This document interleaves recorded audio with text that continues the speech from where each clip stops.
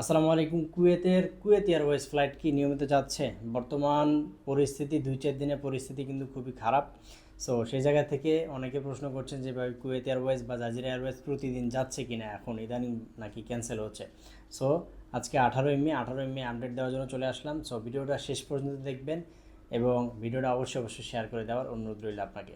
So ভিডিওটা continue করেন। এই যে দেখেন ফ্লাইট রাডার 24, এটা হচ্ছে KU284 এই ফ্লাইটটা। হ্যাঁ, এই ফ্লাইটটা দেখেন মোটামুটি এখানে 12ই মে গিয়েছে। 12ই মে এটা যে গিয়েছে এখানে সমস্ত ডিটেলস কিন্তু শো করছে। এই যে দেখেন এই ফ্লাইটটা কিন্তু 12ই মে গিয়েছে স্বাভাবিকভাবে। এরপরে হচ্ছে আপনার দেখেন 14ই মেতেও গিয়েছে এবং লাস্ট 16ই মেতেও গিয়েছে। তো 16ই মেতে মোটামুটি স্বাভাবিকভাবেই ফ্লাইটটা ল্যান্ড করে। তো সে জায়গা থেকেই বলা চলে মোটামুটি 16ই মে পর্যন্তই লাস্ট এখানে আপডেট। এরপরে আসলে তেমন কোনো আপডেট পাওয়া যাচ্ছে না। যদি আমরা গুগলে সার্চ করি দেখেন এখানে 17ই মে এখানেও দেখা যাচ্ছে যে ফ্লাইটটা যায়নি, বা 19শে মে দেখা যাচ্ছে যে শিডিউল দেখাচ্ছে। তবে আশা করছি ইনশাল্লাহ সব কিছু স্বাভাবিক থাকলে 19শে মে থেকে ইনশাল্লাহ ফ্লাইট অপারেশন চালাবে তারা।